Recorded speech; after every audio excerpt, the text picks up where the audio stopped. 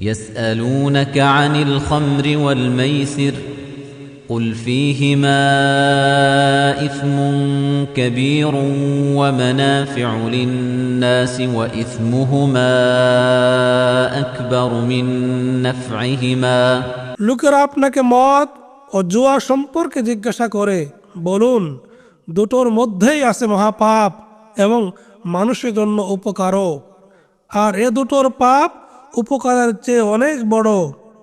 ويسألونك ماذا ينفقون قل العفو كذلك يبين الله لكم الآيات لعلكم تتفكرون আর তারা আপনাকে জিজ্ঞাসা করে কি তারা ব্যয় করবে, বলুন যা উদ্ধৃত।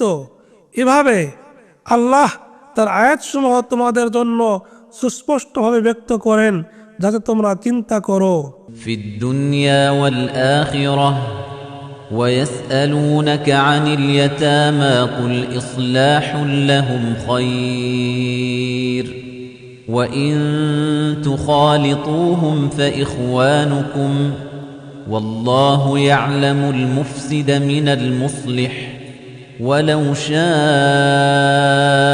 الله لأعنتكم إن الله عزيز حكيم দুনিয়া ও আখিরাতের ব্যাপারে আর লোকেরা আপনাকে ইয়াতিমদের সম্পর্কে জিজ্ঞাসা করে, বলুন তাদের জন্য সুব্যবস্থা করা উত্তম।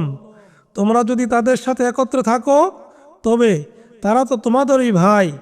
আল্লাহ জানেন কে উপকারকারী এবং কে অনিষ্টকারী, আর আল্লাহ ইচ্ছা করলে এ বিষয়ে তোমাদেরকে অবশ্যই কষ্টে ফেলতে পারেন।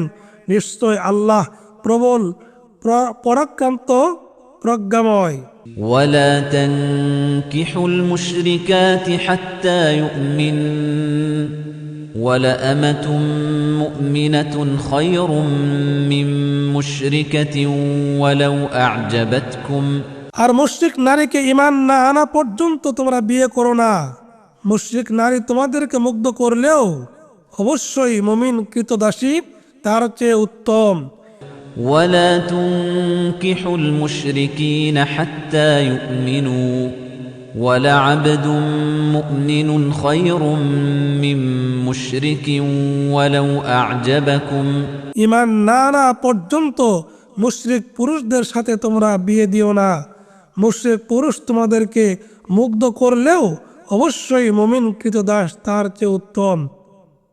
أولئك يدعون إلى النار والله يدعو إلى الجنة والمغفرة بإذنه ويبين آياته للناس لعلهم يتذكرون তার আগুনের দিকে আহ্বান করে, আর আল্লাহ তোমাদেরকে নিজ ইচ্ছায় জান্নাত ও ক্ষমার দিকে আহ্বান করেন, আর তিনি মানুষের জন্য তার আয়াতসমূহ সুস্পষ্ট ব্যক্ত করেন যাতে তারা শিক্ষা নিতে পারে। ويسألونك عن المحيض قل هو أذى فاعتزلوا النساء في المحيض ولا تقربوهن حتى يطهرن আর তারা আপনাকে হায়েজ সম্বন্ধে জিজ্ঞাসা করে, বলুন তা অশুচি, কাজেই তোমরা হায়েজের সময়ে স্ত্রী সঙ্গম থেকে বিরত থাকো এবং পবিত্র না হওয়া পর্যন্ত সঙ্গমের জন্য তাদের নিকটবর্তী হবে না। فإذا تطهرن فأتوهن من حيث أمركم الله إن الله يحب التوابين ويحب المتطهرين তারপর তারা যখন উত্তম রূপে পরিশুদ্ধিত হবে তখন তাদের নিকট ঠিক সেভাবে গমন করবে যেভাবে আল্লাহ তোমাদেরকে আদেশ দিয়েছেন।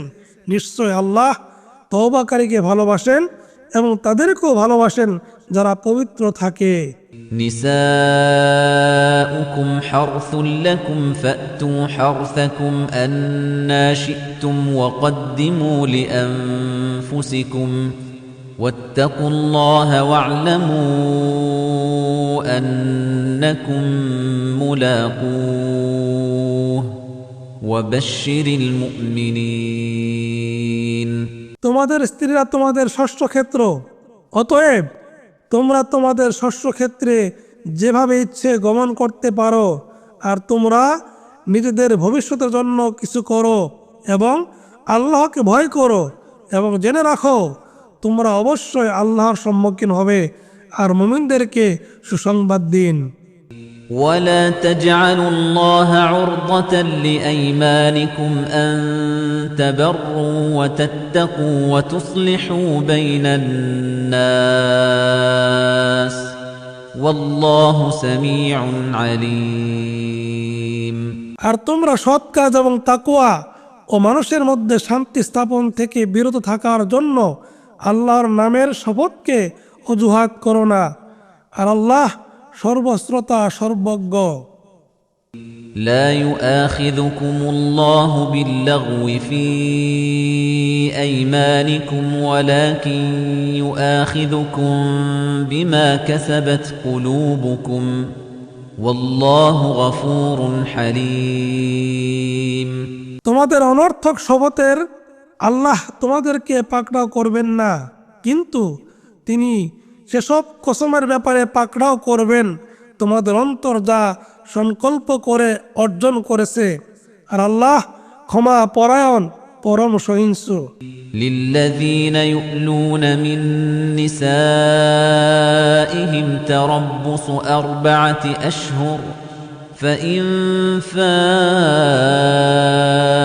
فإن الله غفور رحيم যারা নিজ স্ত্রীর সাথে সঙ্গত না হওয়ার শপথ করে তারা 4 মাস অপেক্ষা করবে, অতঃপর যদি তারা প্রত্যাগত হয় তবে নিশ্চয় আল্লাহ ক্ষমাশীল পরম দয়ালু।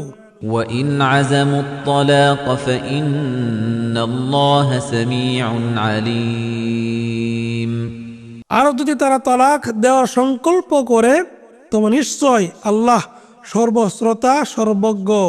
والمطلقات يتربصن بأنفسهن 3 قروء ولا يحل لهن أن يكتمن ما خلق الله في أرحامهن إن كن يؤمن بالله واليوم الآخر আর তালাক প্রাপ্ত স্ত্রীগণ নিজ হায়েসকাল প্রতীক্ষায় থাকবে, আর তারা আল্লাহ ও আখিরাতের উপর ঈমান রাখলে তাদের গর্ভাশয়ে আল্লাহ যা সৃষ্টি করেছেন তা গোপন রাখা তাদের পক্ষে হালাল নয়।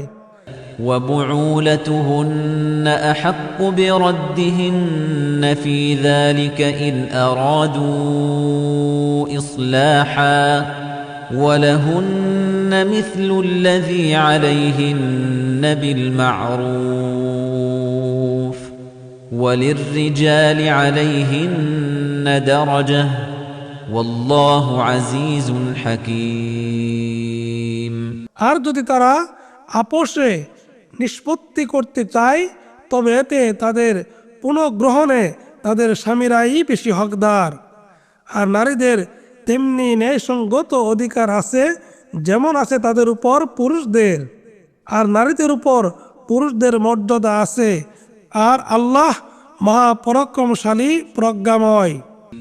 الطلاق مرتان فإمساك بمعروف أو تسريح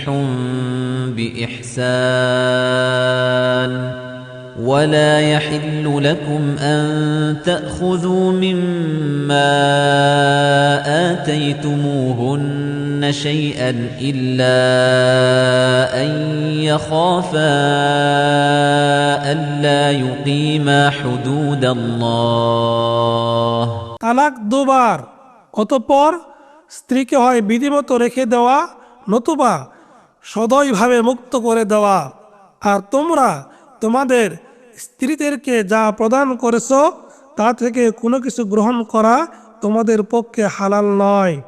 অবশ্য যদি তাদের উভয়ের আশঙ্কা হয় যে তারা আল্লাহর সীমারেখা রক্ষা করে চলতে পারবে না।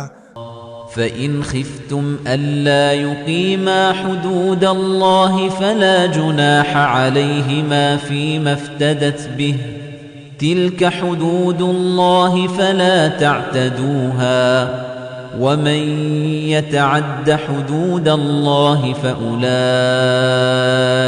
هم الظالمون তারপর যদি তোমরা আশঙ্কা করো যে তারা আল্লাহর সীমারেখা রক্ষা করে চলতে পারবে না, তবে স্ত্রী কোনো কিছুর বিনিময়ে নিষ্কৃতি পেতে চাইলে তাতে তাদের কারো কোনো অপরাধ নেই। এসব আল্লাহর সীমারেখা, সুতরাং তোমরা এর লঙ্ঘন করো না।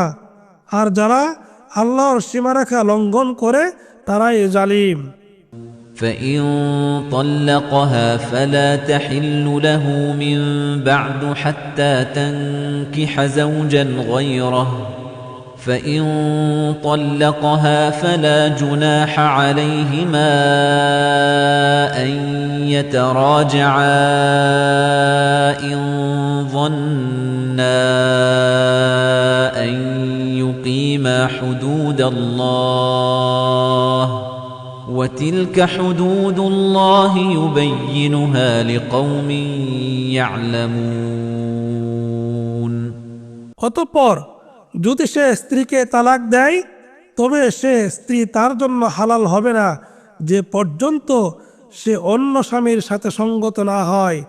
অতঃপর সে দ্বিতীয় স্বামী যদি তালাক দেয় আর তারা উভয়ে মনে করে যে তারা আল্লাহর সীমারেখা রক্ষা করতে পারবে, তবে তাদের পুনর্মিলনে কারো কোনো অপরাধ হবে না। এগুলো আল্লাহর সীমারেখা যা তিনি স্পষ্টভাবে এমন কওমের জন্য বর্ণনা করেন যারা জানে। وَإِذَا طَلَّقْتُمُ النِّسَاءَ فَبَلَغْنَ أَجَلَهُنَّ فَأَمْسِكُوهُنَّ بِمَعْرُوفٍ أَوْ سَرِّحُوهُنَّ بِمَعْرُوفٍ আর যখন তোমরা স্ত্রীকে তালাক দাও, অতঃপর তারা ইদ্যত পূর্তির নিকটবর্তী হয়, তখন তোমরা হয় বিধি অনুযায়ী ولا تمسكوهن ضرارا لتعتدوا ومن يفعل ذلك فقد ظلم نفسه ولا تتخذوا آيات الله هزوا তাদেরকে রেখে দিবে অথবা বিধিমতো মুক্ত করে দিবে। তাদের ক্ষতি করে সীমালঙ্ঘনের উদ্দেশ্যে তাদেরকে আটকে রেখো না। যে তা করে সে নিজের প্রতি জুলুম করে। আর তোমরা আল্লাহর বিধানকে ঠাট্টা বিদ্রুপের বস্তু করো না। واذكروا نعمة الله عليكم وما أنزل عليكم من الكتاب والحكمة يعظكم به واتقوا الله واعلموا أن الله بكل شيء عليم এবং তোমাদের প্রতি আল্লাহর নিয়ামত ও কিতাব এবং হিকমত যা তোমাদের প্রতি নাজিল করেছেন, যা দ্বারা তিনি তোমাদেরকে উপদেশ দেন তা স্মরণ করো। আর তোমরা আল্লাহর তাকওয়া অবলম্বন করো এবং জেনে রাখো নিশ্চয় আল্লাহ সব কিছু সম্পর্কে সর্বজ্ঞ। وَإِذَا طَلَّقْتُمُ النِّسَاءَ فَبَلَغْنَ أَجَلَهُنَّ فَلَا تَعْضُلُوهُنَّ أَن يَنكِحْنَ أَزْوَاجَهُنَّ إِذَا تَرَاضَوْا بَيْنَهُم بِالْمَعْرُوفِ আর তোমরা যখন বিবিদেরকে তালাক দাও এবং তারা তাদের ইদ্যৎকাল পূর্ণ করে, এরপর তারা যদি বিধিমতো পরস্পর সম্মত হয়, তবে বিবিরা নিজেদের স্বামীদের বিয়ে করতে চাইলে তোমরা তাদেরকে বাধা দিও না। ذلك يوعظ به من كان منكم يؤمن بالله واليوم الآخر ذلكم أزكى لكم وأطهر والله يعلم وأنتم لا تعلمون কি দ্বারা তাকে উপদেশ দেওয়া হয় তোমাদের মধ্যে যে আল্লাহ ও আখিরাতে ঈমান রাখে এটাই তোমাদের জন্য শুদ্ধতম ও পবিত্রতম, আর আল্লাহ জানেন এবং তোমরা জানো না।